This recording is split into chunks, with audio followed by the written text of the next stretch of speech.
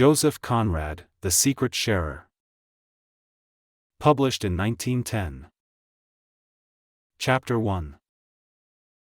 On my right hand there were lines of fishing stakes resembling a mysterious system of half-submerged bamboo fences, incomprehensible in its division of the domain of tropical fishes, and crazy of aspect as if abandoned forever by some nomad tribe of fishermen now gone to the other end of the ocean, for there was no sign of human habitation as far as the eye could reach.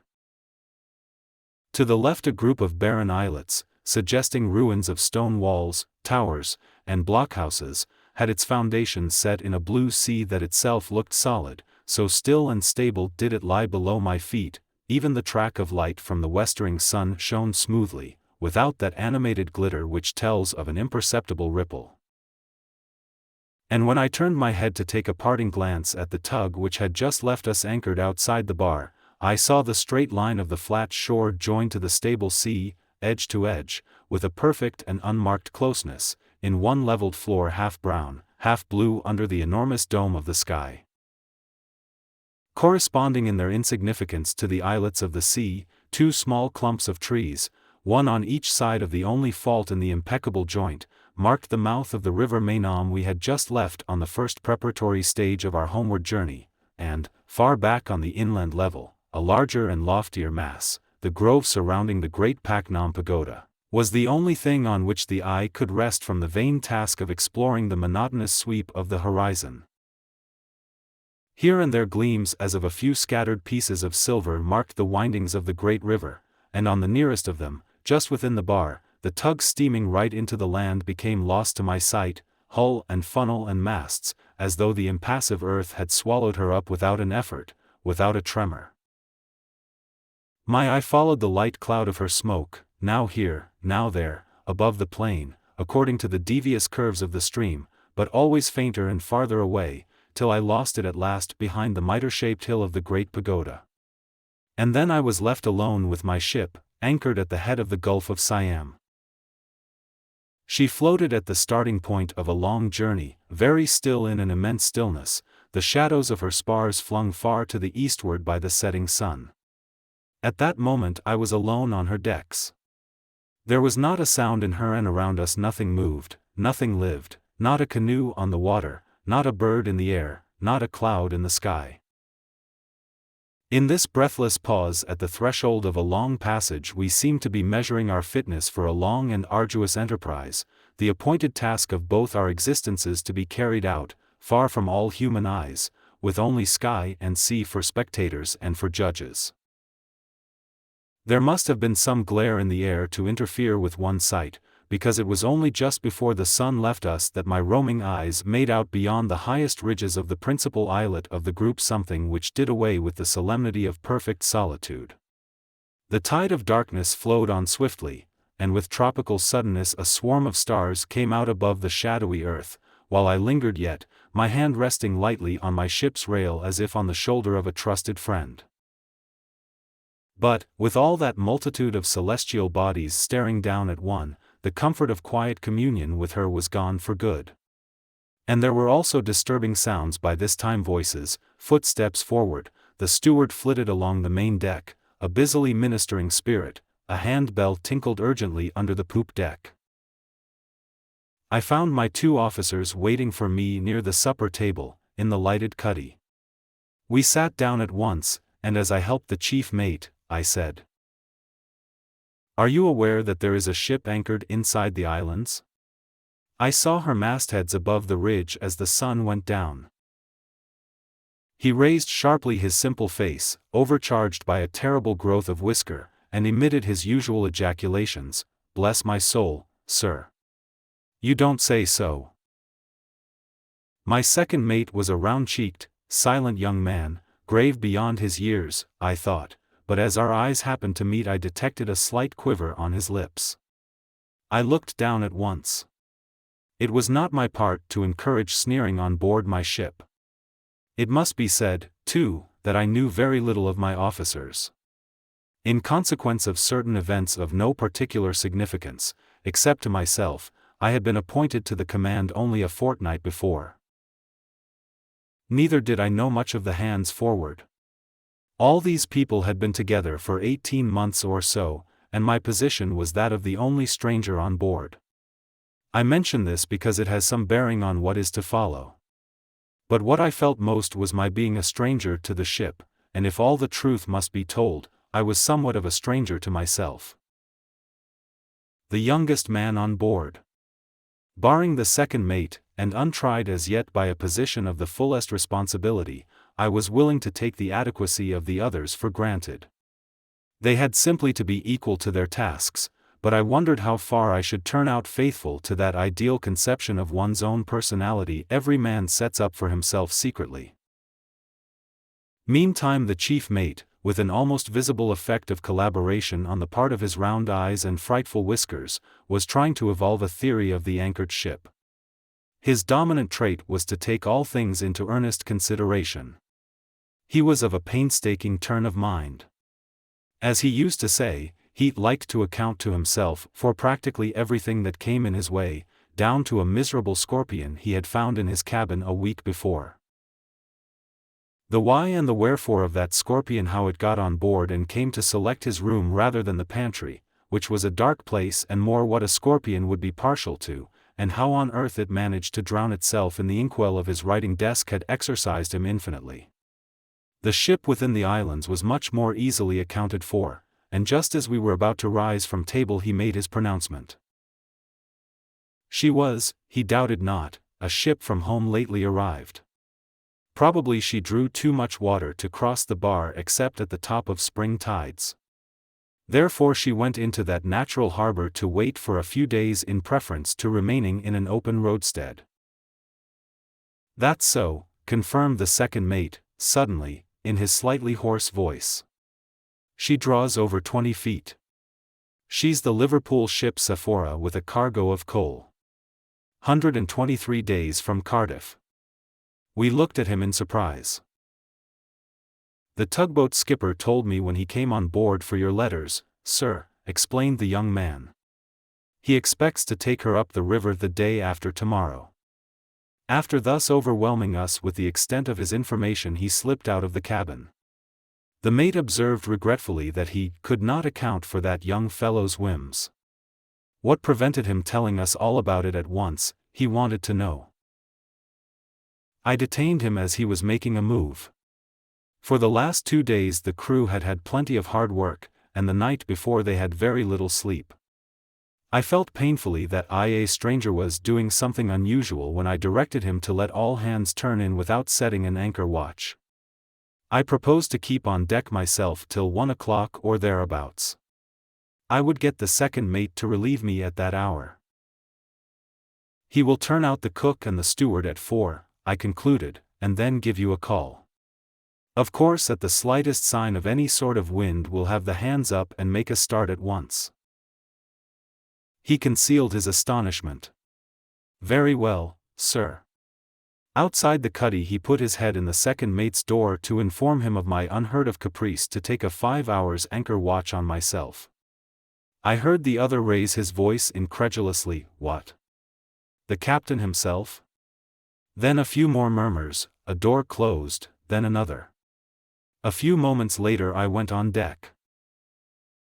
My strangeness, which had made me sleepless, had prompted that unconventional arrangement, as if I had expected in those solitary hours of the night to get on terms with the ship of which I knew nothing, manned by men of whom I knew very little more.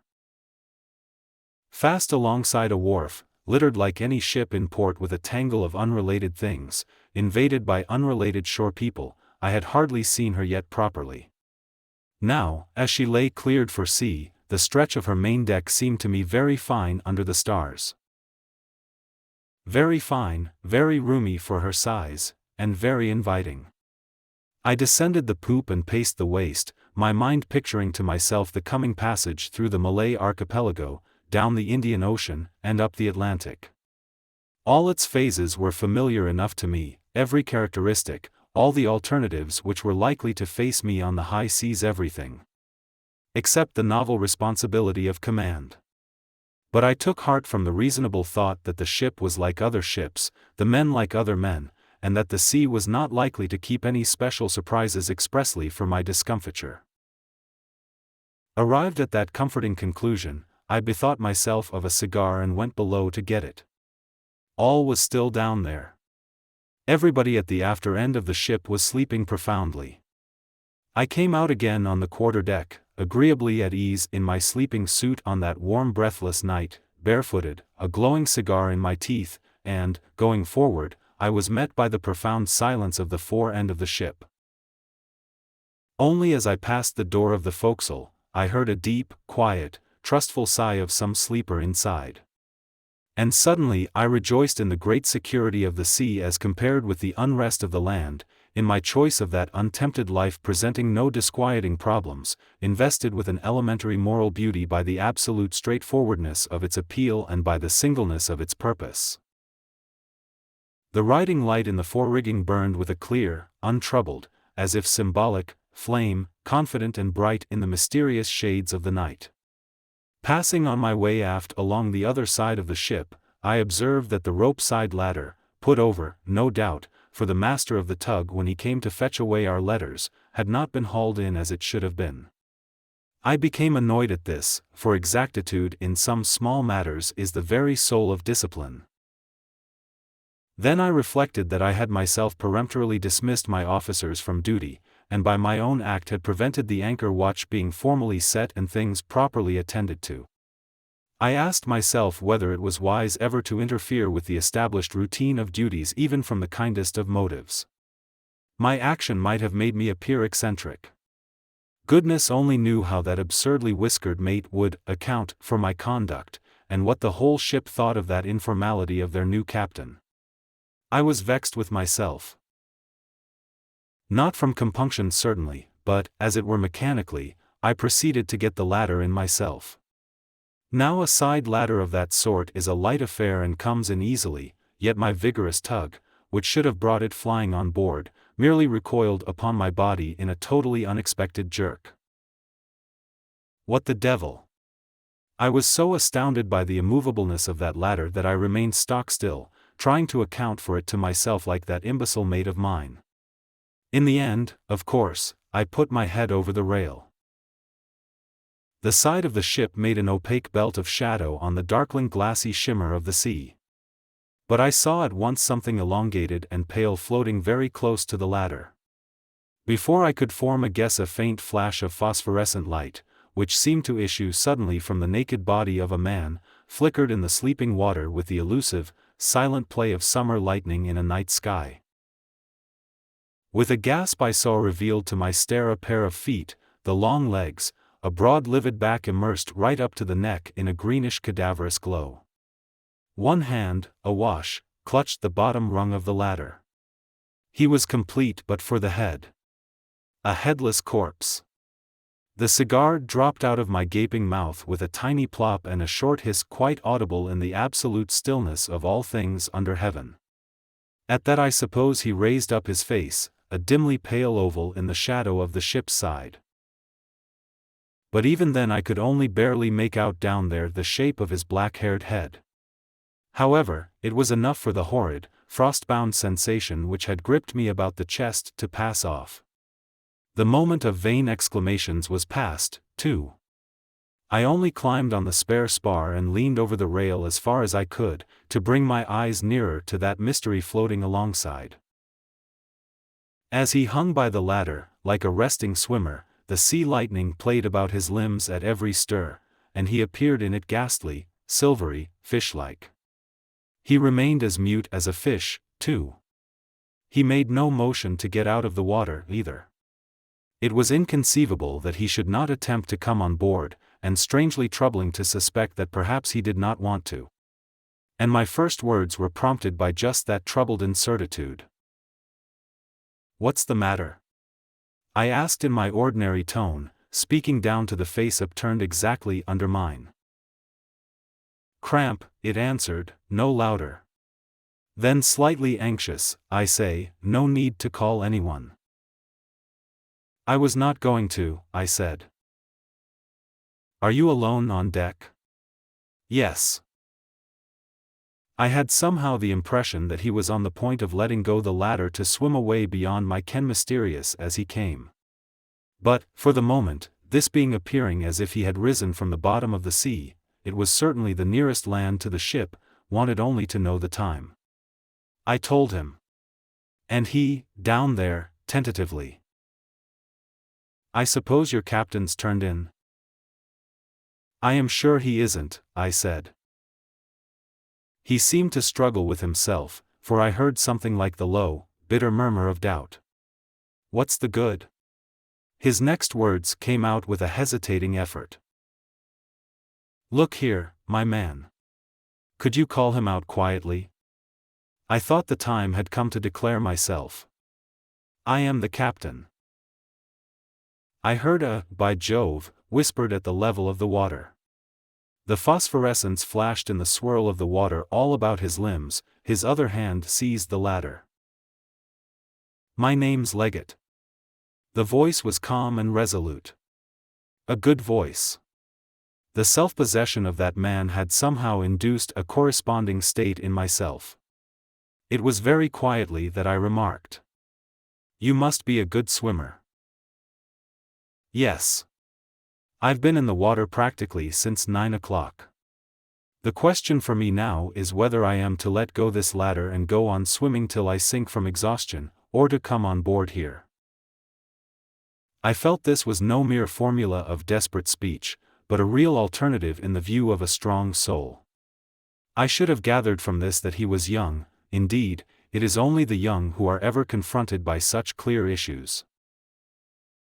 But at the time it was pure intuition on my part. A mysterious communication was established already between us two in the face of that silent, darkened tropical sea. I was young, too, young enough to make no comment. The man in the water began suddenly to climb up the ladder, and I hastened away from the rail to fetch some clothes. Before entering the cabin I stood still, listening in the lobby at the foot of the stairs. A faint snore came through the closed door of the chief mate's room. The second mate's door was on the hook, but the darkness in there was absolutely soundless. He, too, was young and could sleep like a stone. Remained the steward, but he was not likely to wake up before he was called.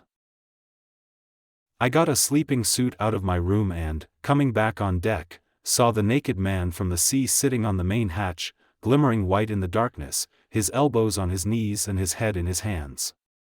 In a moment he had concealed his damp body in a sleeping suit of the same grey-striped pattern as the one I was wearing and followed me like my double on the poop. Together we moved right aft, barefooted, silent. What is it? I asked in a deadened voice, taking the lighted lamp out of the binnacle, and raising it to his face. An ugly business. He had rather regular features, a good mouth, light eyes under somewhat heavy, dark eyebrows, a smooth, square forehead, no growth on his cheeks, a small, brown mustache, and a well-shaped, round chin. His expression was concentrated, meditative, under the inspecting light of the lamp I held up to his face, such as a man thinking hard in solitude might wear. My sleeping suit was just right for his size.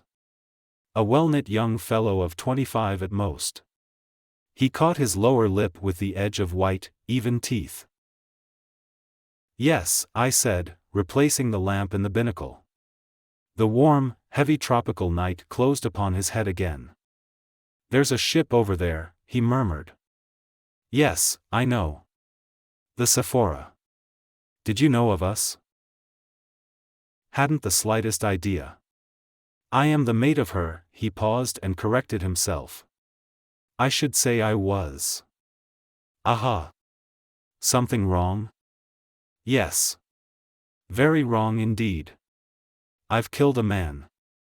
What do you mean? Just now? No, on the passage. Weeks ago.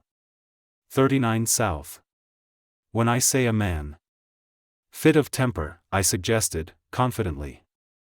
The shadowy, dark head, like mine, seemed to nod imperceptibly above the ghostly gray of my sleeping suit. It was, in the night, as though I had been faced by my own reflection in the depths of a somber and immense mirror. A pretty thing to have to own up to for a Conway boy, murmured my double, distinctly. You're a Conway boy? I am, he said, as if startled. Then, slowly. Perhaps you too. It was so, but being a couple of years older I had left before he joined. After a quick interchange of dates a silence fell, and I thought suddenly of my absurd mate with his terrific whiskers and the "bless my soul you don't say so" type of intellect.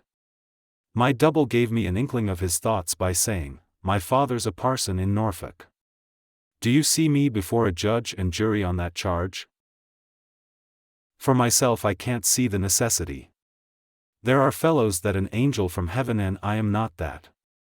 He was one of those creatures that are just simmering all the time with a silly sort of wickedness. Miserable devils that have no business to live at all. He wouldn't do his duty and wouldn't let anybody else do theirs. But what's the good of talking? You know well enough the sort of ill-conditioned snarling cur. He appealed to me as if our experiences had been as identical as our clothes. And I knew well enough the pestiferous danger of such a character where there are no means of legal repression. And I knew well enough also that my double there was no homicidal ruffian. I did not think of asking him for details, and he told me the story roughly in brusque, disconnected sentences. I needed no more. I saw it all going on as though I were myself inside that other sleeping suit. It happened while we were setting a reefed foresail, at dusk. Reefed foresail. You understand the sort of weather. The only sail we had left to keep the ship running, so you may guess what it had been like for days. Anxious sort of job, that. He gave me some of his cursed insolence at the sheet. I tell you I was overdone with this terrific weather that seemed to have no end to it. Terrific, I tell you, and a deep ship. I believe the fellow himself was half crazed with funk. It was no time for gentlemanly reproof, so I turned round and felled him like an ox. He up and at me. We closed just as an awful sea made for the ship. All hands saw it coming and took to the rigging, but I had him by the throat, and went on shaking him like a rat, the men above us yelling, "Look out! Look out!" Then a crash as if the sky had fallen on my head. They say that for over 10 minutes hardly anything was to be seen of the ship, just the 3 masts and a bit of the forecastle head and of the poop all awash driving along in a smother of foam. It was a miracle that they found us, jammed together behind the forebitts. It's clear that I meant business, because I was holding him by the throat still when they picked us up. He was black in the face. It was too much for them. It seems they rushed us aft together, gripped as we were, screaming "murder," like a lot of lunatics, and broke into the cuddy. And the ship running for her life, touch and go all the time, any minute her last in a sea fit to turn your hair grey only looking at it. I understand that the skipper, too, started raving like the rest of them. The man had been deprived of sleep for more than a week, and to have this sprung on him at the height of a furious gale nearly drove him out of his mind. I wonder they didn't fling me overboard after getting the carcass of their precious shipmate out of my fingers. They had rather a job to separate us, I've been told. A sufficiently fierce story to make an old judge and a respectable jury sit up a bit. The first thing I heard when I came to myself was the maddening howling of that endless gale, and on that the voice of the old man. He was hanging on to my bunk, staring into my face out of his sou'wester. "Mr. Leggatt, you have killed a man. You can act no longer as chief mate of this ship." His care to subdue his voice made it sound monotonous. He rested a hand on the end of the skylight to steady himself with, and all that time did not stir a limb, so far as I could see. "Nice little tale for a quiet tea party," he concluded in the same tone. One of my hands, too, rested on the end of the skylight. Neither did I stir a limb, so far as I knew. We stood less than a foot from each other. It occurred to me that if old "bless my soul you don't say so" were to put his head up the companion and catch sight of us, he would think he was seeing double, or imagine himself come upon a scene of weird witchcraft, the strange captain having a quiet confabulation by the wheel with his own grey ghost. I became very much concerned to prevent anything of the sort. I heard the other's soothing undertone. My father's a parson in Norfolk, it said. Evidently he had forgotten he had told me this important fact before. Truly a nice little tale. You had better slip down into my stateroom now, I said, moving off stealthily. My double followed my movements, our bare feet made no sound. I let him in, closed the door with care, and, after giving a call to the second mate, returned on deck for my relief. Not much sign of any wind yet, I remarked when he approached. No, sir. Not much, he assented, sleepily, in his hoarse voice, with just enough deference, no more, and barely suppressing a yawn. Well, that's all you have to look out for.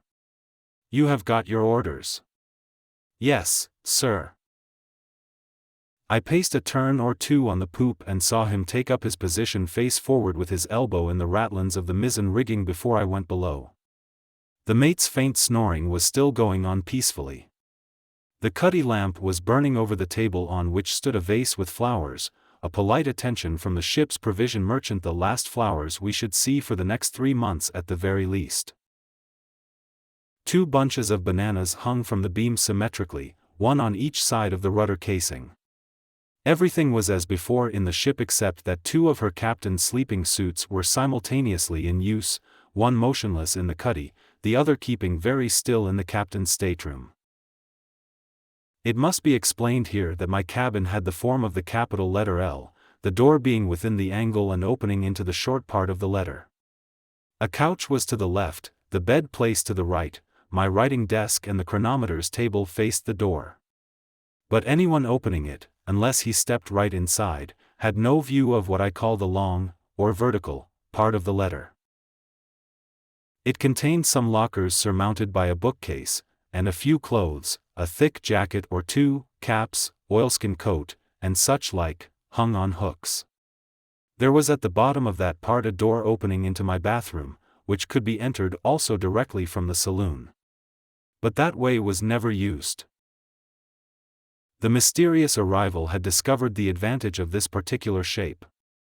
Entering my room, lighted strongly by a big bulkhead lamp swung on gimbals above my writing desk, I did not see him anywhere till he stepped out quietly from behind the coats hung in the recessed part. I heard somebody moving about, and went in there at once, he whispered. I, too, spoke under my breath. Nobody is likely to come in here without knocking and getting permission. He nodded. His face was thin and the sunburn faded, as though he had been ill. And no wonder. He had been, I heard presently, kept under arrest in his cabin for nearly 7 weeks. But there was nothing sickly in his eyes or in his expression. He was not a bit like me, really, yet, as we stood leaning over my bed place, whispering side by side, with our dark heads together and our backs to the door, anybody bold enough to open it stealthily would have been treated to the uncanny sight of a double captain busy talking in whispers with his other self. But all this doesn't tell me how you came to hang on to our side ladder, I inquired, in the hardly audible murmurs we used, after he had told me something more of the proceedings on board the Sephora once the bad weather was over. When we sighted Java Head I had had time to think all those matters out several times over. I had 6 weeks of doing nothing else, and with only an hour or so every evening for a tramp on the quarter-deck. He whispered, his arms folded on the side of my bed place, staring through the open port.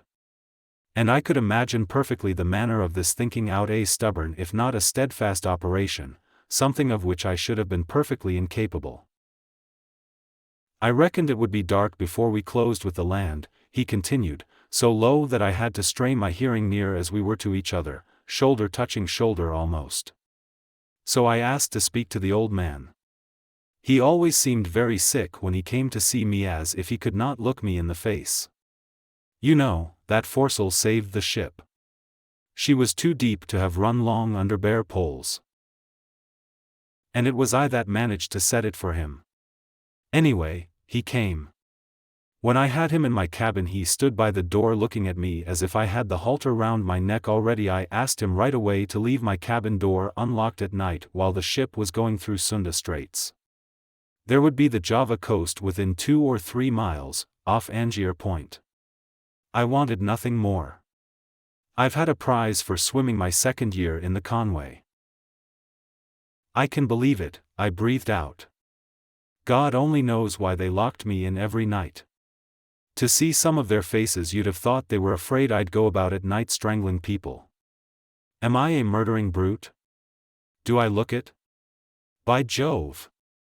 If I had been, he wouldn't have trusted himself like that into my room. You'll say I might have chucked him aside and bolted out, there and then. It was dark already. Well, no. And for the same reason I wouldn't think of trying to smash the door.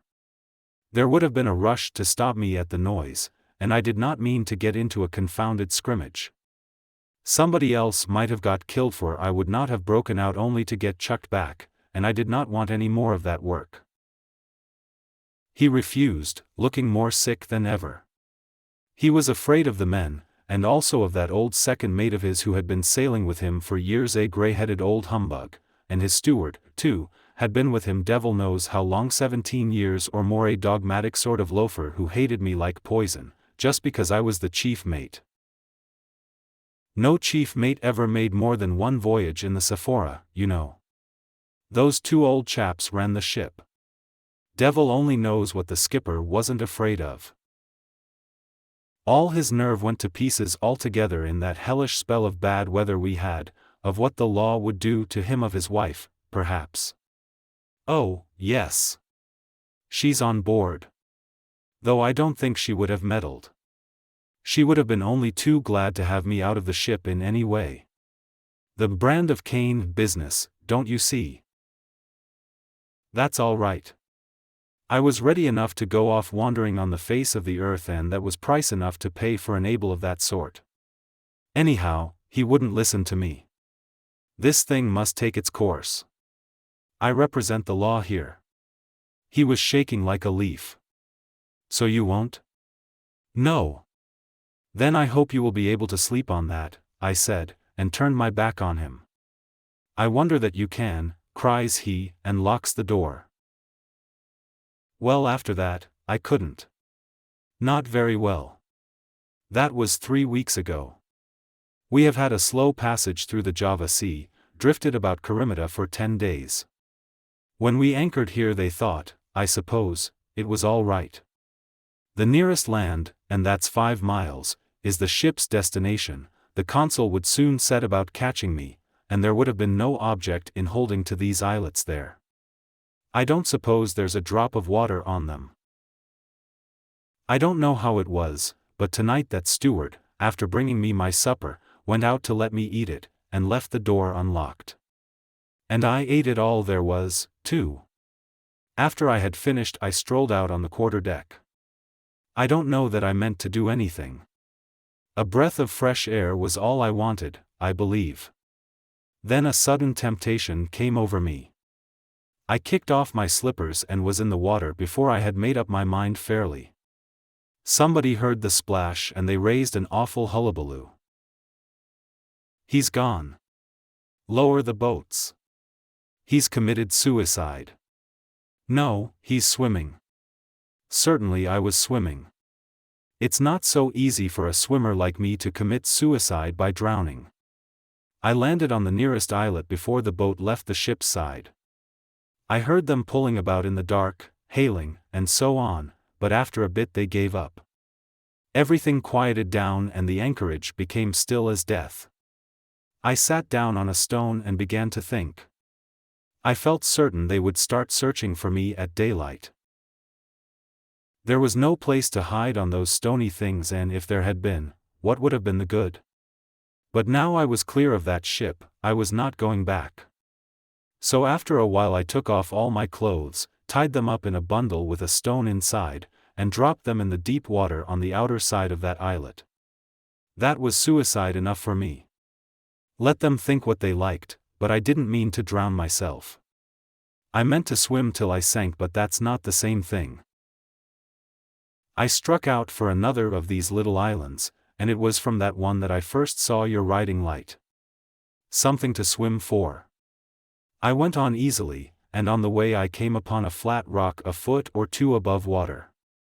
In the daytime, I dare say, you might make it out with a glass from your poop.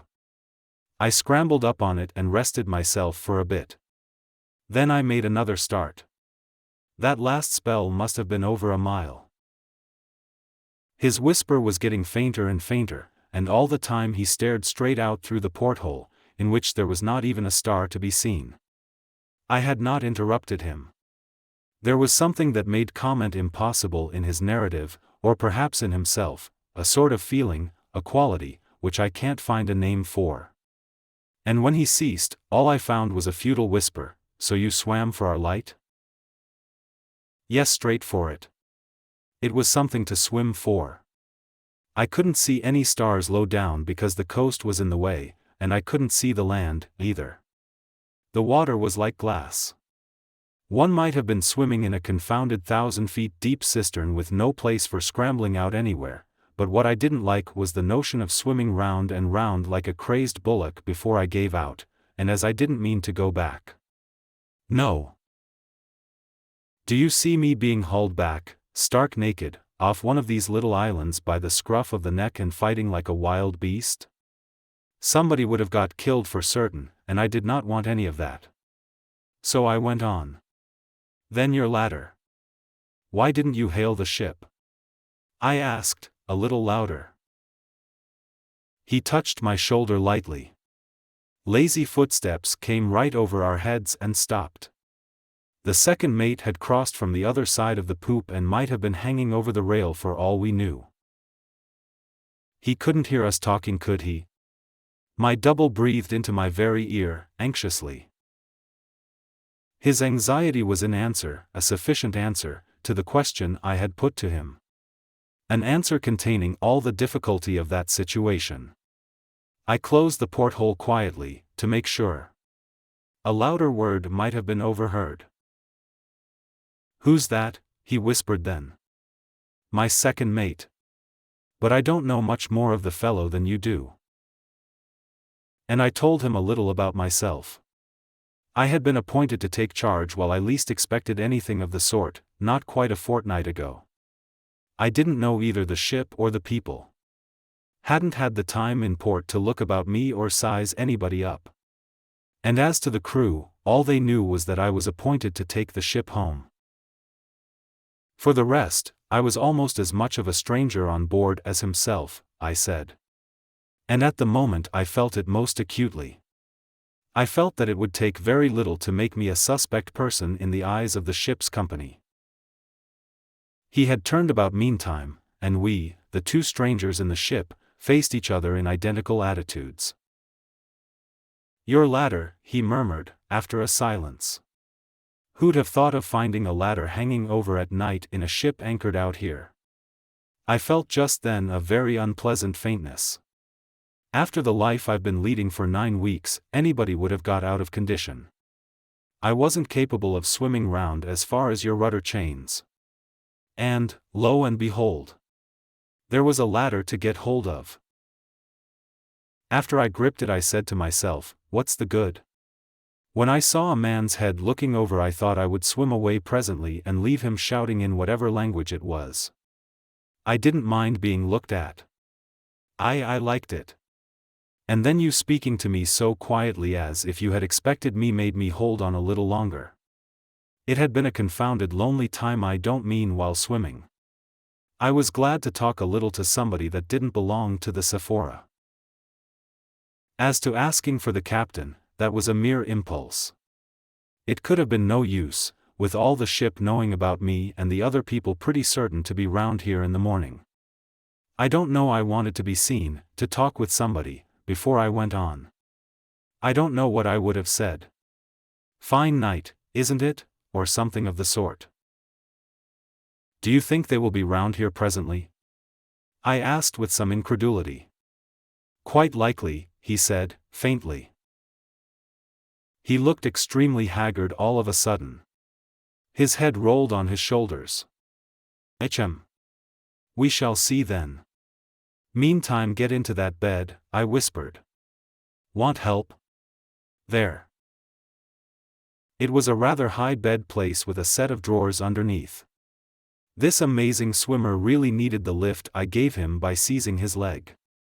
He tumbled in, rolled over on his back, and flung one arm across his eyes. And then, with his face nearly hidden, he must have looked exactly as I used to look in that bed. I gazed upon my other self for a while before drawing across carefully the 2 green serge curtains which ran on a brass rod. I thought for a moment of pinning them together for greater safety, but I sat down on the couch, and once there I felt unwilling to rise and hunt for a pin. I would do it in a moment. I was extremely tired, in a peculiarly intimate way, by the strain of stealthiness, by the effort of whispering and the general secrecy of this excitement. It was 3 o'clock by now and I had been on my feet since 9, but I was not sleepy. I could not have gone to sleep. I sat there, fagged out, looking at the curtains, trying to clear my mind of the confused sensation of being in 2 places at once, and greatly bothered by an exasperating knocking in my head. It was a relief to discover suddenly that it was not in my head at all, but on the outside of the door. Before I could collect myself the words, "Come in," were out of my mouth, and the steward entered with a tray, bringing in my morning coffee. I had slept, after all, and I was so frightened that I shouted. "This way. I am here, steward," as though he had been miles away. He put down the tray on the table next the couch and only then said, very quietly, "I can see you are here, sir." I felt him give me a keen look, but I dared not meet his eyes just then. He must have wondered why I had drawn the curtains of my bed before going to sleep on the couch. He went out, hooking the door open as usual. I heard the crew washing decks above me. I knew I would have been told at once if there had been any wind. Calm, I thought, and I was doubly vexed. Indeed, I felt dull more than ever. The steward reappeared suddenly in the doorway. I jumped up from the couch so quickly that he gave a start. "What do you want here?" "Close your port, sir, they are washing decks." "It is closed," I said, reddening. "Very well, sir." But he did not move from the doorway and returned my stare in an extraordinary, equivocal manner for a time. Then his eyes wavered, all his expression changed, and in a voice unusually gentle, almost coaxingly. "May I come in to take the empty cup away, sir?" "Of course." I turned my back on him while he popped in and out. Then I unhooked and closed the door and even pushed the bolt. This sort of thing could not go on very long. The cabin was as hot as an oven, too. I took a peep at my double and discovered that he had not moved. His arm was still over his eyes, but his chest heaved, his hair was wet, his chin glistened with perspiration. I reached over him and opened the port. I must show myself on deck, I reflected. Of course, theoretically, I could do what I liked, with no one to say nay to me within the whole circle of the horizon, but to lock my cabin door and take the key away I did not dare. Directly I put my head out of the companion I saw the group of my 2 officers, the second mate barefooted, the chief mate in long India rubber boots, near the break of the poop, and the steward halfway down the poop ladder talking to them eagerly. He happened to catch sight of me and dived, the second ran down on the main deck shouting some order or other, and the chief mate came to meet me, touching his cap. There was a sort of curiosity in his eye that I did not like. I don't know whether the steward had told them that I was queer only, or downright drunk, but I know the man meant to have a good look at me. I watched him coming with a smile which, as he got into point-blank range, took effect and froze his very whiskers. I did not give him time to open his lips. Square the yards by lifts and braces before the hands go to breakfast. It was the first particular order I had given on board that ship, and I stayed on deck to see it executed, too. I had felt the need of asserting myself without loss of time. That sneering young cub got taken down a peg or 2 on that occasion, and I also seized the opportunity of having a good look at the face of every foremast man as they filed past me to go to the after braces. At breakfast time, eating nothing myself, I presided with such frigid dignity that the two mates were only too glad to escape from the cabin as soon as decency permitted, and all the time the dual working of my mind distracted me almost to the point of insanity. I was constantly watching myself, my secret self, as dependent on my actions as my own personality, sleeping in that bed, behind that door which faced me as I sat at the head of the table. It was very much like being mad, only it was worse because one was aware of it. I had to shake him for a solid minute, but when at last he opened his eyes it was in the full possession of his senses, with an inquiring look. "All's well so far," I whispered. "Now you must vanish into the bathroom." He did so, as noiseless as a ghost, and then I rang for the steward, and facing him boldly, directed him to tidy up my stateroom while I was having my bath, and be quick about it. As my tone admitted of no excuses, he said, "Yes, sir," and ran off to fetch his dustpan and brushes. I took a bath and did most of my dressing, splashing, and whistling softly for the steward's edification, while the secret sharer of my life stood drawn up bolt upright in that little space, his face looking very sunken in daylight, his eyelids lowered under the stern, dark line of his eyebrows drawn together by a slight frown. When I left him there to go back to my room the steward was finishing dusting. I sent for the mate and engaged him in some insignificant conversation. It was, as it were, trifling with the terrific character of his whiskers, but my object was to give him an opportunity for a good look at my cabin. And then I could at last shut, with a clear conscience, the door of my stateroom and get my double back into the recessed part. There was nothing else for it. He had to sit still on a small folding stool, half smothered by the heavy coats hanging there. We listened to the steward going into the bathroom out of the saloon, filling the water bottles there, scrubbing the bath, setting things to rights, whisk, bang, clatter out again into the saloon, turn the key, click.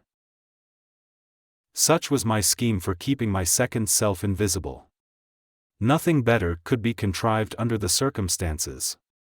And there we sat, I at my writing desk ready to appear busy with some papers, he behind me out of sight of the door.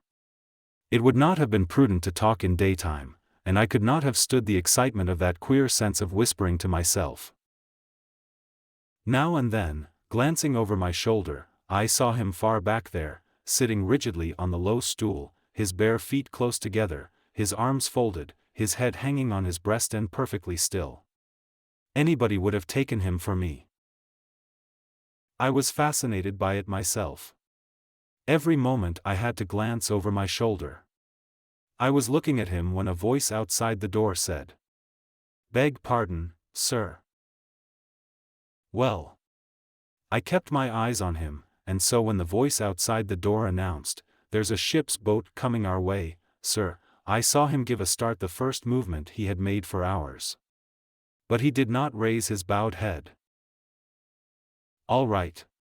Get the ladder over." I hesitated. Should I whisper something to him? But what? His immobility seemed to have been never disturbed. What could I tell him he did not know already? Finally I went on deck. Chapter 2. The skipper of the Sephora had a thin red whisker all round his face, and the sort of complexion that goes with hair of that color, also the particular, rather smeary shade of blue in the eyes. He was not exactly a showy figure, his shoulders were high, his stature but middling, one leg slightly more bandy than the other. He shook hands, looking vaguely around.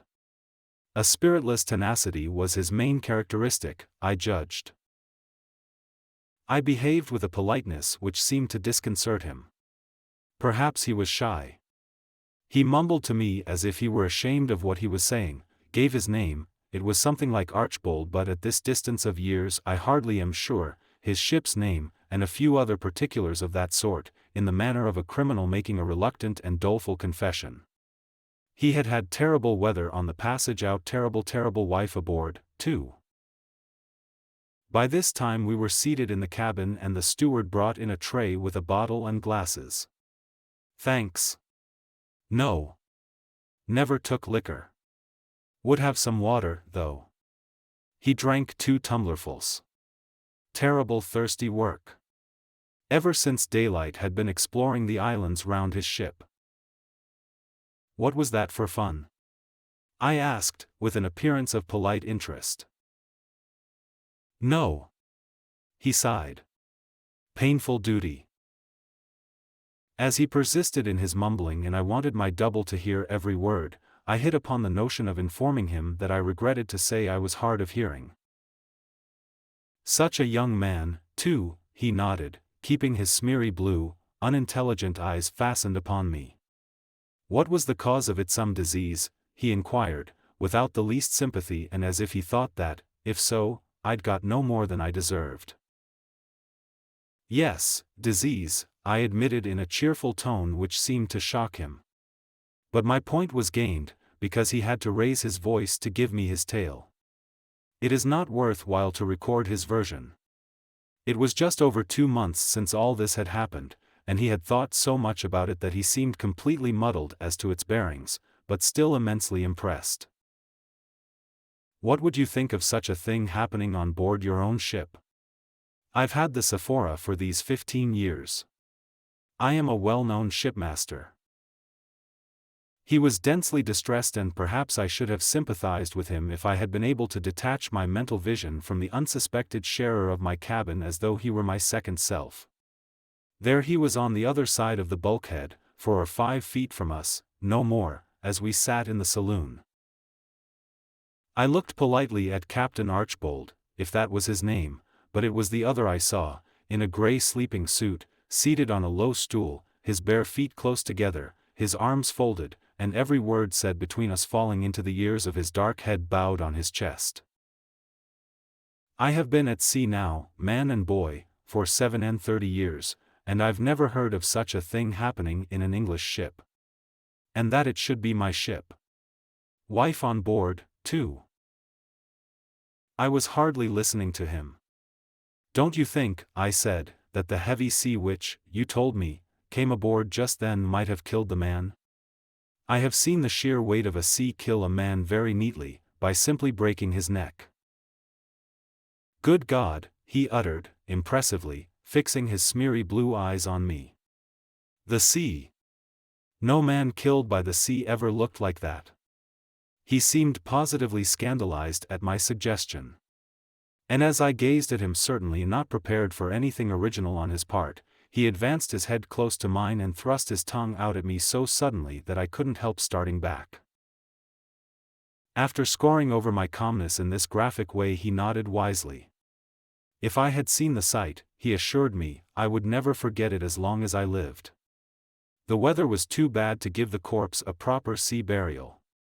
So next day at dawn they took it up on the poop, covering its face with a bit of bunting. He read a short prayer, and then, just as it was, in its oilskins and long boots, they launched it amongst those mountainous seas that seemed ready every moment to swallow up the ship herself and the terrified lives on board of her. That reefed foresail saved you, I threw in. Under God it did, he exclaimed fervently. It was by a special mercy, I firmly believe, that it stood some of those hurricane squalls.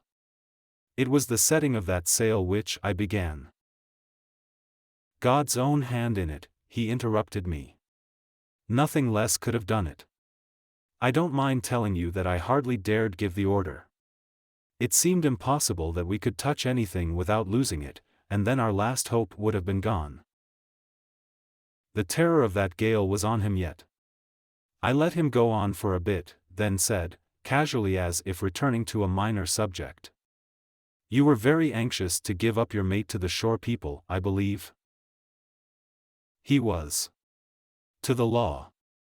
His obscure tenacity on that point had in it something incomprehensible and a little awful, something, as it were, mystical, quite apart from his anxiety that he should not be suspected of countenancing any doings of that sort. 37 virtuous years at sea, of which over 20 of immaculate command, and the last 15 in the Sephora, seemed to have laid him under some pitiless obligation. And you know, he went on, groping shamefacedly amongst his feelings, I did not engage that young fellow. His people had some interest with my owners. I was in a way forced to take him on. He looked very smart, very gentlemanly, and all that. But do you know I never liked him, somehow. I am a plain man. You see, he wasn't exactly the sort for the chief mate of a ship like the Sephora. I had become so connected in thoughts and impressions with the secret sharer of my cabin that I felt as if I, personally, were being given to understand that I, too, was not the sort that would have done for the chief mate of a ship like the Sephora. I had no doubt of it in my mind. Not at all the style of man. You understand, he insisted, superfluously, looking hard at me. I smiled urbanely.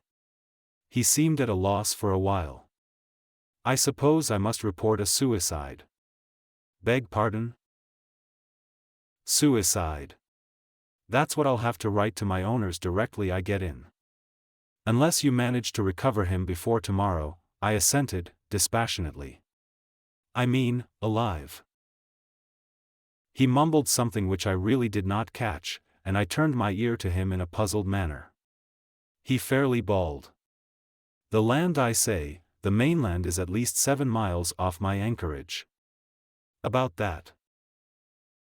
My lack of excitement, of curiosity, of surprise, of any sort of pronounced interest, began to arouse his distrust. But except for the felicitous pretense of deafness, I had not tried to pretend anything. I had felt utterly incapable of playing the part of ignorance properly, and therefore was afraid to try. It is also certain that he had brought some ready-made suspicions with him, and that he viewed my politeness as a strange and unnatural phenomenon. And yet how else could I have received him? Not heartily. That was impossible for psychological reasons, which I need not state here. My only object was to keep off his inquiries. Surlily? Yes, but surliness might have provoked a point-blank question. From its novelty to him and from its nature, punctilious courtesy was the manner best calculated to restrain the man. But there was the danger of his breaking through my defense bluntly. I could not, I think, have met him by a direct lie, also for psychological, not moral, reasons. If he had only known how afraid I was of his putting my feeling of identity with the other to the test. But, strangely enough, I thought of it only afterwards. I believe that he was not a little disconcerted by the reverse side of that weird situation, by something in me that reminded him of the man he was seeking suggested a mysterious similitude to the young fellow he had distrusted and disliked from the first. However that might have been, the silence was not very prolonged.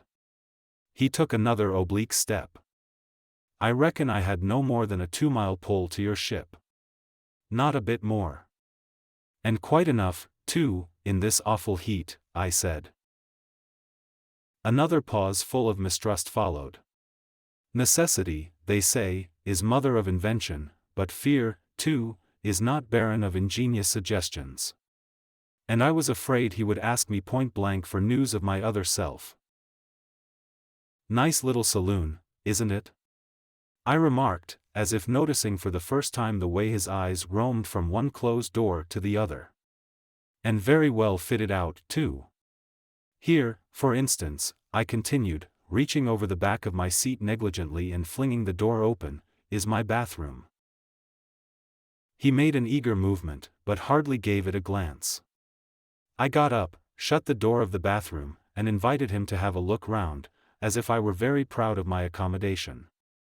He had to rise and be shown round, but he went through the business without any raptures whatever. And now we'll have a look at my stateroom, I declared, in a voice as loud as I dared to make it, crossing the cabin to the starboard side with purposely heavy steps. He followed me in and gazed around. My intelligent double had vanished. I played my part. Very convenient, isn't it? Very nice. Very comf. He didn't finish and went out brusquely as if to escape from some unrighteous wiles of mine. But it was not to be. I had been too frightened not to feel vengeful. I felt I had him on the run, and I meant to keep him on the run. My polite insistence must have had something menacing in it, because he gave in suddenly. And I did not let him off a single item: mate's room, pantry, storerooms, the very sail locker which was also under the poop. He had to look into them all. When at last I showed him out on the quarter-deck, he drew a long, spiritless sigh, and mumbled dismally that he must really be going back to his ship now. I desired my mate, who had joined us, to see to the captain's boat. The man of whiskers gave a blast on the whistle which he used to wear hanging round his neck, and yelled, "Sephora's away." My double down there in my cabin must have heard, and certainly could not feel more relieved than I. 4 fellows came running out from somewhere forward and went over the side, while my own men, appearing on deck too, lined the rail. I escorted my visitor to the gangway ceremoniously, and nearly overdid it. He was a tenacious beast. On the very ladder he lingered, and in that unique, guiltily conscientious manner of sticking to the point. "I say, you don't think that?" I covered his voice loudly.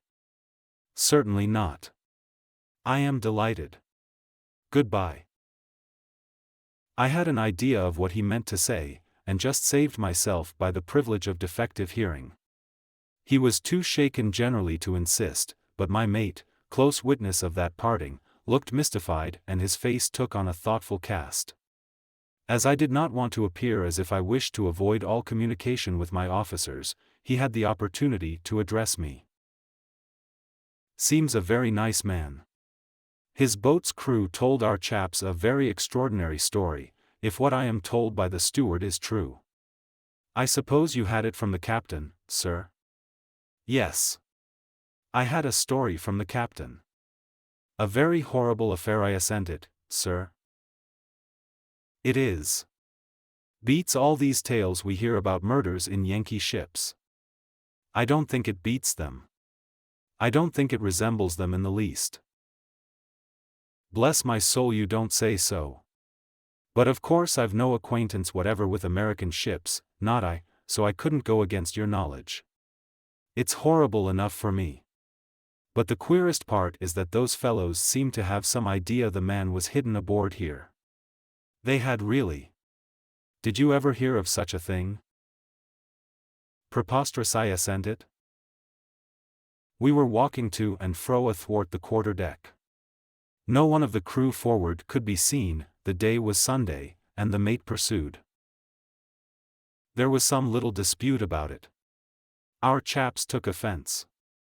"As if we would harbor a thing like that," they said. "Wouldn't you like to look for him in our coal hole?" Quite a tiff. But they made it up in the end. I suppose he did drown himself. Don't you, sir? I don't suppose anything. You have no doubt in the matter, sir? None whatever. I left him suddenly. I felt I was producing a bad impression, but with my double down there it was most trying to be on deck. And it was almost as trying to be below. Altogether a nerve-trying situation. But on the whole I felt less torn in two when I was with him. There was no one in the whole ship whom I dared take into my confidence. Since the hands had got to know his story, it would have been impossible to pass him off for anyone else, and an accidental discovery was to be dreaded now more than ever. The steward being engaged in laying the table for dinner, we could talk only with our eyes when I first went down. Later in the afternoon we had a cautious try at whispering. The Sunday quietness of the ship was against us, the stillness of air and water around her was against us, the elements, the men were against us, everything was against us in our secret partnership. Time itself for this could not go on forever. The very trust in Providence was, I suppose, denied to his guilt. Shall I confess that this thought cast me down very much? And as to the chapter of accidents which counts for so much in the book of success, I could only hope that it was closed. For what favorable accident could be expected? "Did you hear everything?" were my first words as soon as we took up our position side by side, leaning over my bed place. He had. And the proof of it was his earnest whisper, "The man told you he hardly dared to give the order." I understood the reference to be to that saving foresail. Yes. He was afraid of it being lost in the setting. I assure you he never gave the order. He may think he did, but he never gave it. He stood there with me on the break of the poop after the main topsail blew away, and whimpered about our last hope, positively whimpered about it and nothing else, and the night coming on. To hear one's skipper go on like that in such weather was enough to drive any fellow out of his mind. It worked me up into a sort of desperation. I just took it into my own hands and went away from him, boiling, but what's the use telling you? You know. Do you think that if I had not been pretty fierce with them I should have got the men to do anything? Not I. The bosun perhaps? Perhaps. It wasn't a heavy sea, it was a sea gone mad. I suppose the end of the world will be something like that, and a man may have the heart to see it coming once and be done with it, but to have to face it day after day, I don't blame anybody. I was precious little better than the rest. Only I was an officer of that old coal wagon, anyhow. I quite understand, I conveyed that sincere assurance into his ear. He was out of breath with whispering, I could hear him pant slightly. It was all very simple. The same strung-up force which had given 24 men a chance, at least, for their lives, had, in a sort of recoil, crushed an unworthy mutinous existence. But I had no leisure to weigh the merits of the matter. Footsteps in the saloon, a heavy knock. There's enough wind to get under way with, sir. Here was the call of a new claim upon my thoughts and even upon my feelings. Turn the hands up, I cried through the door. I'll be on deck directly. I was going out to make the acquaintance of my ship. Before I left the cabin our eyes met the eyes of the only two strangers on board. I pointed to the recessed part where the little camp stool awaited him and laid my finger on my lips. He made a gesture somewhat vague, a little mysterious, accompanied by a faint smile, as if of regret. This is not the place to enlarge upon the sensations of a man who feels for the first time a ship move under his feet to his own independent word. In my case they were not unalloyed. I was not wholly alone with my command, for there was that stranger in my cabin. Or rather, I was not completely and wholly with her. Part of me was absent. That mental feeling of being in two places at once affected me physically as if the mood of secrecy had penetrated my very soul. Before an hour had elapsed since the ship had begun to move, having occasion to ask the mate, he stood by my side, to take a compass bearing of the pagoda. I caught myself reaching up to his ear in whispers. I say I caught myself, but enough had escaped to startle the man. I can't describe it otherwise than by saying that he shied. A grave, preoccupied manner, as though he were in possession of some perplexing intelligence, did not leave him henceforth. A little later I moved away from the rail to look at the compass with such a stealthy gait that the helmsman noticed it, and I could not help noticing the unusual roundness of his eyes. These are trifling instances, though it's to no commander's advantage to be suspected of ludicrous eccentricities. But I was also more seriously affected. There are to a seaman certain words, gestures, that should in given conditions come as naturally, as instinctively as the winking of a menaced eye. A certain order should spring on to his lips without thinking, a certain sign should get itself made, so to speak, without reflection. But all unconscious alertness had abandoned me. I had to make an effort of will to recall myself back, from the cabin, to the conditions of the moment. I felt that I was appearing an irresolute commander to those people who were watching me more or less critically. And, besides, there were the scares. On the second day out, for instance, coming off the deck in the afternoon, I had straw slippers on my bare feet. I stopped at the open pantry door and spoke to the steward. He was doing something there with his back to me. At the sound of my voice he nearly jumped out of his skin, as the saying is, and incidentally broke a cup. "What on earth's the matter with you?" I asked, astonished. He was extremely confused. "Beg your pardon, sir. I made sure you were in your cabin." "You see I wasn't." "No, sir. I could have sworn I had heard you moving in there not a moment ago. It's most extraordinary, very sorry, sir. I passed on with an inward shudder. I was so identified with my secret double that I did not even mention the fact in those scanty, fearful whispers we exchanged. I suppose he had made some slight noise of some kind or other. It would have been miraculous if he hadn't at one time or another. And yet, haggard as he appeared, he looked always perfectly self-controlled, more than calm, almost invulnerable. On my suggestion he remained almost entirely in the bathroom, which, upon the whole, was the safest place. There could be really no shadow of an excuse for anyone ever wanting to go in there, once the steward had done with it. It was a very tiny place. Sometimes he reclined on the floor, his legs bent, his head sustained on one elbow. At others I would find him on the campstool, sitting in his gray sleeping suit and with his cropped dark hair like a patient, unmoved convict. At night I would smuggle him into my bed place, and we would whisper together, with the regular footfalls of the officer of the watch passing and repassing over our heads. It was an infinitely miserable time. It was lucky that some tins of fine preserves were stowed in a locker in my stateroom, hard bread I could always get hold of, and so he lived on stewed chicken, pate de foie gras, asparagus, cooked oysters, sardines, on all sorts of abominable shem delicacies out of tins. My early morning coffee he always drank, and it was all I dared do for him in that respect.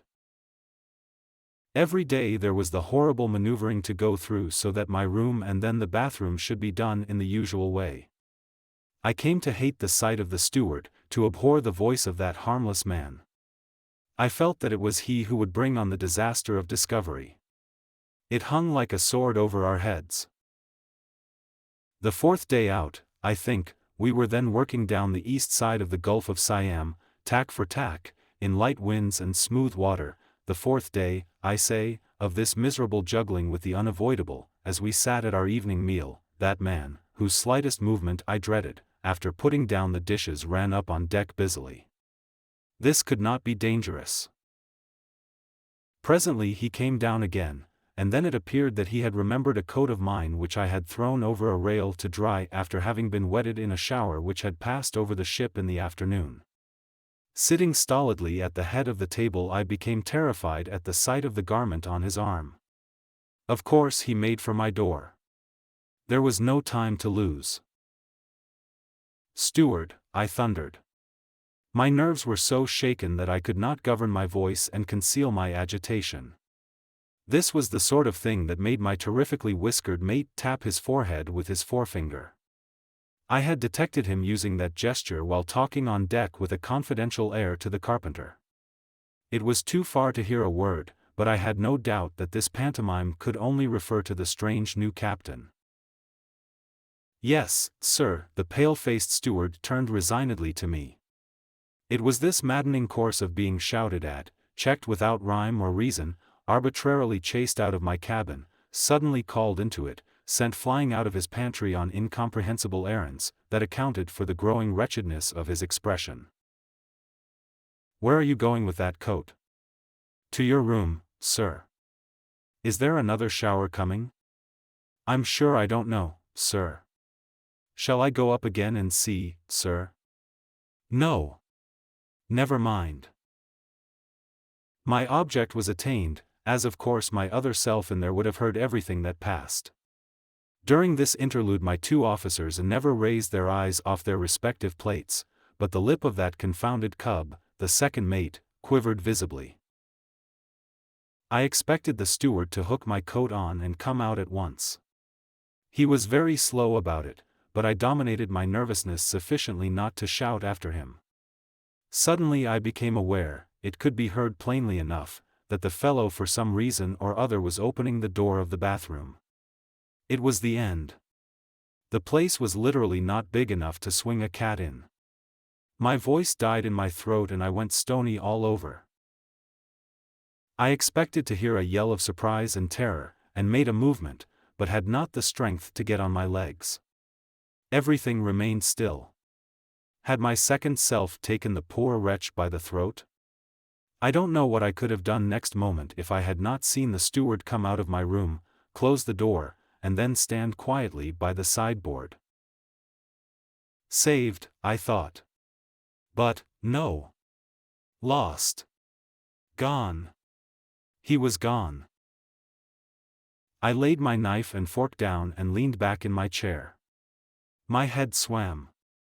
After a while, when sufficiently recovered to speak in a steady voice, I instructed my mate to put the ship round at 8 o'clock himself. I won't come on deck, I went on. I think I'll turn in, and unless the wind shifts I don't want to be disturbed before midnight. I feel a bit seedy. You did look middling bad a little while ago, the chief mate remarked without showing any great concern. They both went out, and I stared at the steward clearing the table. There was nothing to be read on that wretched man's face. But why did he avoid my eyes, I asked myself. Then I thought I should like to hear the sound of his voice. Steward. Sir. Startled as usual. Where did you hang up that coat? In the bathroom, sir. The usual anxious tone. It's not quite dry yet, sir. For some time longer I sat in the cuddy. Had my double vanished as he had come? But of his coming there was an explanation, whereas his disappearance would be inexplicable. I went slowly into my dark room, shut the door, lighted the lamp, and for a time dared not turn round. When at last I did, I saw him standing bolt upright in the narrow recessed part. It would not be true to say I had a shock, but an irresistible doubt of his bodily existence flitted through my mind. Can it be, I asked myself, that he is not visible to other eyes than mine? It was like being haunted. Motionless, with a grave face, he raised his hand slightly at me in a gesture which meant clearly, heavens! What a narrow escape! Narrow indeed.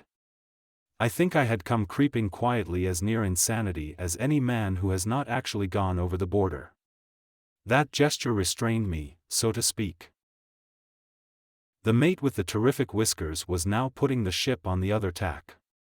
In the moment of profound silence which follows upon the hands going to their stations, I heard on the poop his raised voice, hard alee, and the distant shout of the order repeated on the main deck. The sails, in that light breeze, made but a faint fluttering noise. It ceased. The ship was coming round slowly. I held my breath in the renewed stillness of expectation. One wouldn't have thought that there was a single living soul on her decks. A sudden brisk shout, mainsail haul, broke the spell, and in the noisy cries and rush overhead of the men running away with the main brace we two, down in my cabin, came together in our usual position by the bed place. He did not wait for my question. I heard him fumbling here and just managed to squat myself down in the bath. He whispered to me. The fellow only opened the door and put his arm in to hang the coat up. All the same. I never thought of that, I whispered back, even more appalled than before at the closeness of the shave, and marveling at that something unyielding in his character which was carrying him through so finely. There was no agitation in his whisper.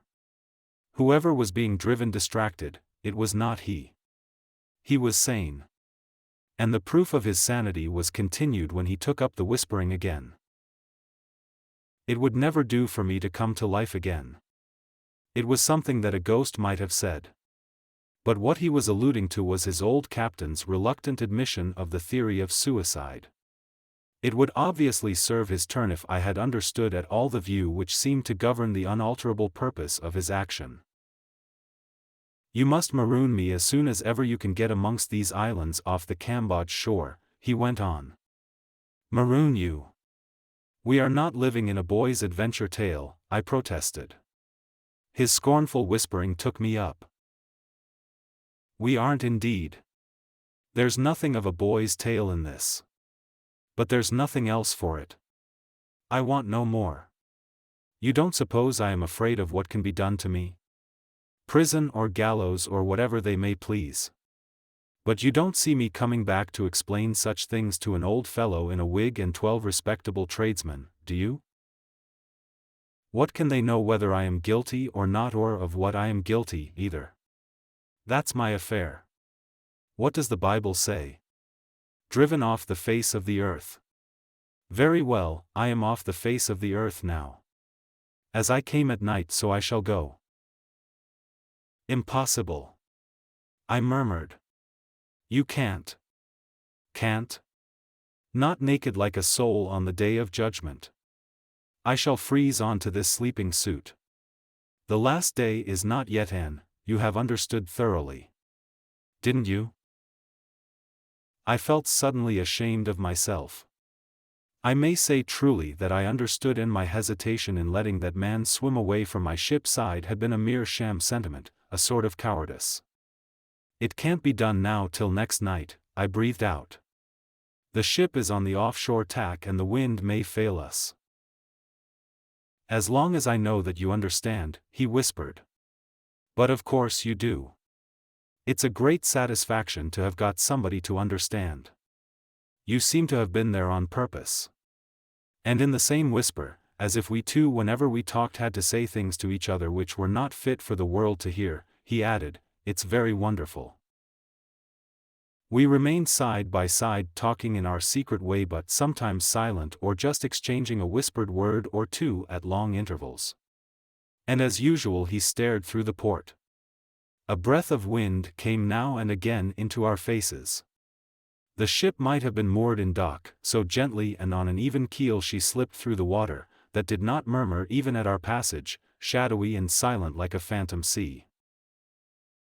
At midnight I went on deck, and to my mate's great surprise put the ship round on the other tack. His terrible whiskers flitted round me in silent criticism. I certainly should not have done it if it had been only a question of getting out of that sleepy gulf as quickly as possible. I believe he told the second mate, who relieved him, that it was a great want of judgment. The other only yawned.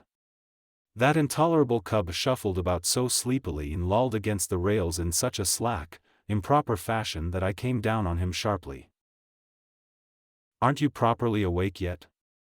"Yes, sir. I am awake." "Well, then, be good enough to hold yourself as if you were. And keep a lookout. If there's any current we'll be closing with some islands before daylight." The east side of the gulf is fringed with islands, some solitary, others in groups. On the blue background of the high coast they seem to float on silvery patches of calm water, arid and gray, or dark green and rounded like clumps of evergreen bushes, with the larger ones, a mile or two long, showing the outlines of ridges, ribs of gray rock under the dark mantle of matted leafage. Unknown to trade, to travel, almost to geography, the manner of life they harbor is an unsolved secret. There must be villages, settlements of fishermen at least on the largest of them, and some communication with the world is probably kept up by native craft. But all that forenoon, as we headed for them, fanned along by the faintest of breezes, I saw no sign of man or canoe in the field of the telescope I kept on pointing at the scattered group. At noon I gave no orders for a change of course, and the mate's whiskers became much concerned and seemed to be offering themselves unduly to my notice. At last I said, "I am going to stand right in. Quite in as far as I can take her." The stare of extreme surprise imparted an air of ferocity also to his eyes, and he looked truly terrific for a moment. "We're not doing well in the middle of the Gulf," I continued, casually. "I am going to look for the land breezes tonight." "Bless my soul!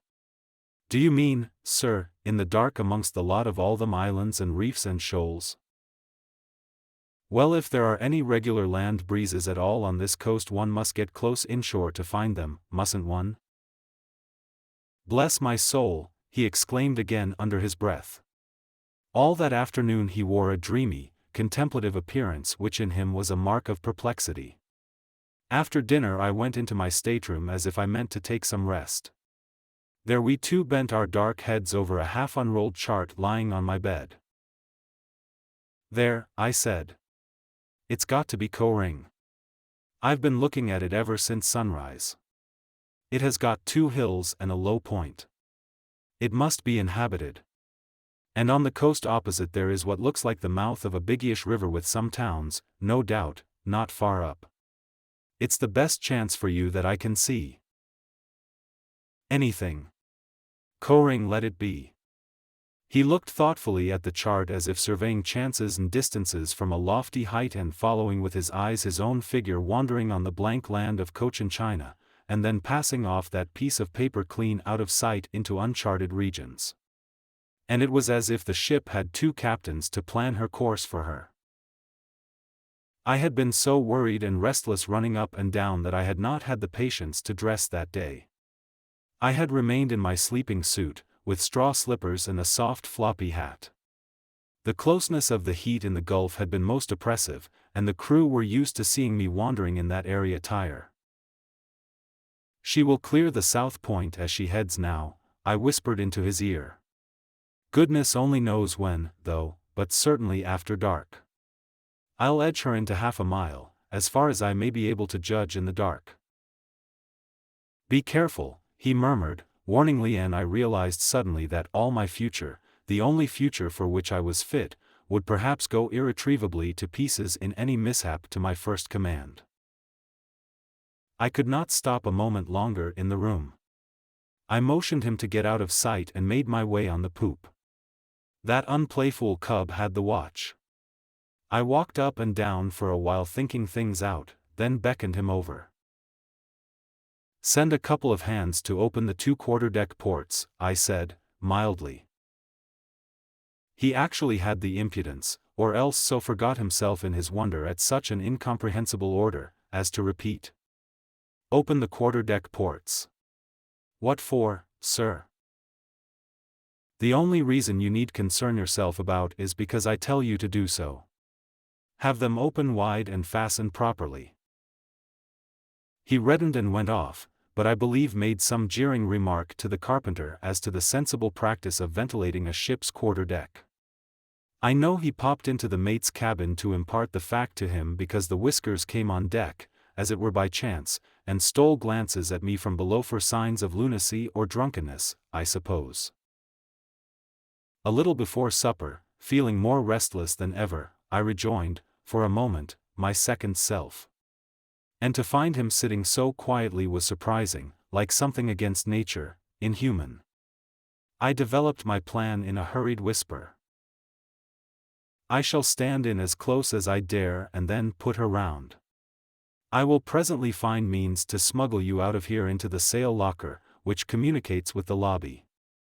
But there is an opening, a sort of square for hauling the sails out, which gives straight on the quarterdeck and which is never closed in fine weather, so as to give air to the sails.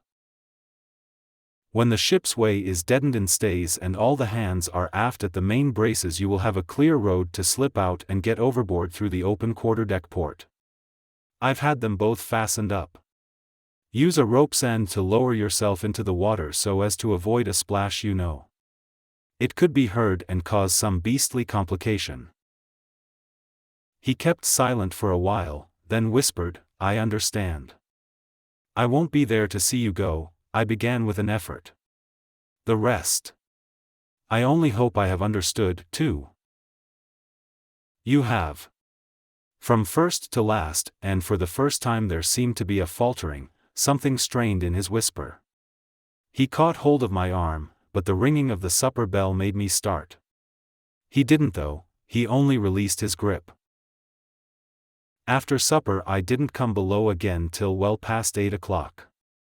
The faint, steady breeze was loaded with dew, and the wet, darkened sails held all there was of propelling power in it. The night, clear and starry, sparkled darkly, and the opaque, lightless patches shifting slowly against the low stars were the drifting islets. On the port bow there was a big one more distant and shadowily imposing by the great space of sky it eclipsed. On opening the door I had a back view of my very own self looking at a chart. He had come out of the recess and was standing near the table. "Quite dark enough," I whispered. He stepped back and leaned against my bed with a level, quiet glance. I sat on the couch. We had nothing to say to each other. Over our heads the officer of the watch moved here and there. Then I heard him move quickly. I knew what that meant. He was making for the companion, and presently his voice was outside my door. "We are drawing in pretty fast, sir. Land looks rather close." "Very well," I answered. "I am coming on deck directly." I waited till he was gone out of the cuddy, then rose. My double moved too. The time had come to exchange our last whispers, for neither of us was ever to hear each other's natural voice. "Look here." I opened a drawer and took out 3 sovereigns. "Take this anyhow. I've got 6 and I'd give you the lot, only I must keep a little money to buy some fruit and vegetables for the crew from native boats as we go through Sunda Straits." He shook his head. "Take it," I urged him, whispering desperately. "No one can tell what." He smiled and slapped meaningly the only pocket of the sleeping jacket. It was not safe, certainly. But I produced a large old silk handkerchief of mine, and tying the 3 pieces of gold in a corner, pressed it on him. He was touched, I supposed, because he took it at last and tied it quickly round his waist under the jacket, on his bare skin. Our eyes met, several seconds elapsed, till, our glances still mingled, I extended my hand and turned the lamp out. Then I passed through the cuddy, leaving the door of my room wide open. "Steward." He was still lingering in the pantry in the greatness of his zeal, giving a rub-up to a plated cruet stand the last thing before going to bed. Being careful not to wake up the mate, whose room was opposite, I spoke in an undertone. He looked round anxiously. "Sir. Can you get me a little hot water from the galley? I am afraid, sir, the galley fire's been out for some time now." "Go and see." He flew up the stairs. "Now," I whispered, loudly, into the saloon, too loudly, perhaps, but I was afraid I couldn't make a sound. He was by my side in an instant. The double captain slipped past the stairs through a tiny dark passage, a sliding door. We were in the sail locker, scrambling on our knees over the sails. A sudden thought struck me. I saw myself wandering barefooted, bareheaded, the sun beating on my dark poll. I snatched off my floppy hat and tried hurriedly in the dark to ram it on my other self. He dodged and fended off silently. I wonder what he thought had come to me before he understood and suddenly desisted. Our hands met gropingly, lingered united in a steady, motionless clasp for a second. No word was breathed by either of us when they separated. I was standing quietly by the pantry door when the steward returned. "Sorry, sir. Kettle barely warm. Shall I light the spirit lamp?" "Never mind." I came out on deck slowly. It was now a matter of conscience to shave the land as close as possible, for now he must go overboard whenever the ship was put in stays. Must. There could be no going back for him. After a moment I walked over to leeward and my heart flew into my mouth at the nearness of the land on the bow. Under any other circumstances I would not have held on a minute longer. The second mate had followed me anxiously. I looked on till I felt I could command my voice. "She will weather," I said then in a quiet tone. "Are you going to try that, sir?" he stammered out incredulously. I took no notice of him and raised my tone just enough to be heard by the helmsman. "Keep her good full." "Good full, sir." The wind fanned my cheek, the sails slept, the world was silent. The strain of watching the dark loom of the land grow bigger and denser was too much for me. I had shut my eyes because the ship must go closer. She must. The stillness was intolerable. Were we standing still? When I opened my eyes, the second view started my heart with a thump. The black southern hill of Koh-ring seemed to hang right over the ship like a towering fragment of everlasting night. On that enormous mass of blackness there was not a gleam to be seen, not a sound to be heard. It was gliding irresistibly towards us and yet seemed already within reach of the hand. I saw the vague figures of the watch grouped in the waist, gazing in awed silence. "Are you going on, sir?" inquired an unsteady voice at my elbow. I ignored it. I had to go on. "Keep her full. Don't check her way." "That won't do now," I said warningly. "I can't see the sails very well," the helmsman answered me, in strange, quavering tones. Was she close enough? Already she was, I won't say in the shadow of the land, but in the very blackness of it, already swallowed up as it were, gone too close to be recalled, gone from me altogether. "Give the mate a call," I said to the young man who stood at my elbow as still as death. "And turn all hands up." My tone had a borrowed loudness reverberated from the height of the land. Several voices cried out together, "We are all on deck, sir." Then stillness again, with the great shadow gliding closer, towering higher, without a light, without a sound. Such a hush had fallen on the ship that she might have been a bark of the dead floating in slowly under the very gate of Erebus. My God! Where are we? It was the mate moaning at my elbow. He was thunderstruck, and as it were deprived of the moral support of his whiskers. He clapped his hands and absolutely cried out, "Lost." "Be quiet," I said, sternly. He lowered his tone, but I saw the shadowy gesture of his despair. "What are we doing here?" "Looking for the land wind." He made as if to tear his hair, and addressed me recklessly. "She will never get out. You have done it, sir." I knew it'd end in something like this. "She will never weather, and you are too close now to stay. She'll drift ashore before she's round." Oh my God! I caught his arm as he was raising it to batter his poor devoted head, and shook it violently. "She's ashore already," he wailed, trying to tear himself away. "Is she? Keep good full there." "Good full, sir," cried the helmsman in a frightened, thin, childlike voice. I hadn't let go the mate's arm and went on shaking it. "Ready about, do you hear? You go forward, shake and stop there, shake and hold your noise, shake and see these head sheets properly overhauled, shake, shake, shake." And all the time I dared not look towards the land lest my heart should fail me. I released my grip at last and he ran forward as if fleeing for dear life. I wondered what my double there in the sail locker thought of this commotion. He was able to hear everything and perhaps he was able to understand why, on my conscience, it had to be thus close no less. My first order, "Hard a lee," re-echoed ominously under the towering shadow of Koh-ring as if I had shouted in a mountain gorge. And then I watched the land intently. In that smooth water and light wind it was impossible to feel the ship coming to. No. I could not feel her. And my second self was making now ready to ship out and lower himself overboard. Perhaps he was gone already.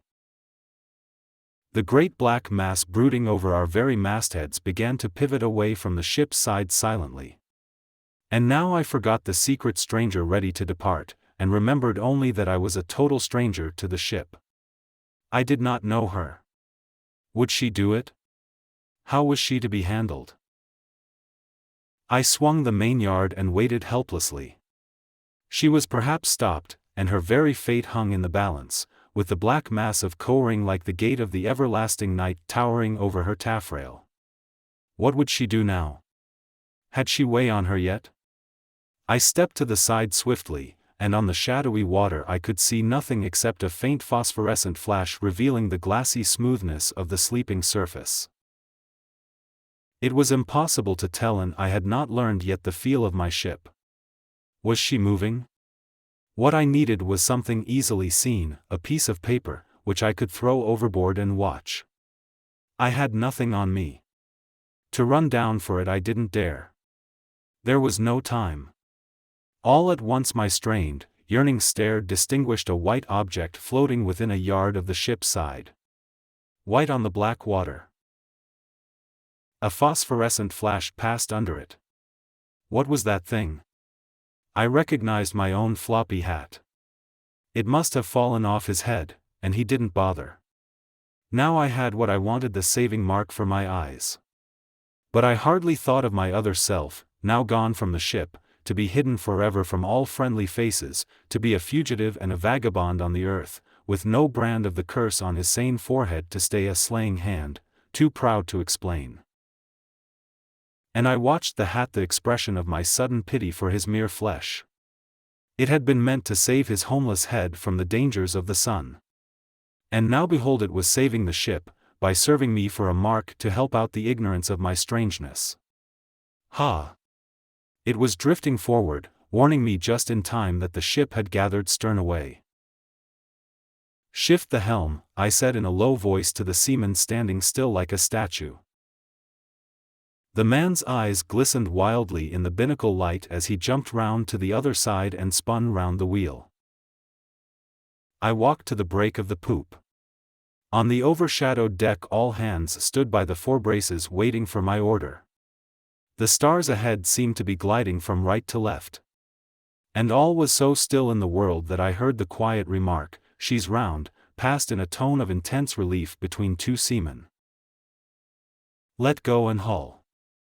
The foreyards ran round with a great noise, amidst cheery cries. And now the frightful whiskers made themselves heard giving various orders. Already the ship was drawing ahead.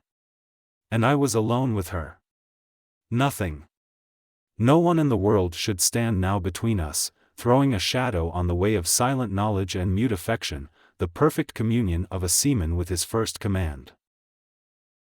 Walking to the taffrail, I was in time to make out, on the very edge of a darkness thrown by a towering black mass like the very gateway of Erebus, yes, I was in time to catch an evanescent glimpse of my white hat left behind to mark the spot where the secret sharer of my cabin and of my thoughts, as though he were my second self, had lowered himself into the water to take his punishment, a free man, a proud swimmer striking out for a new destiny.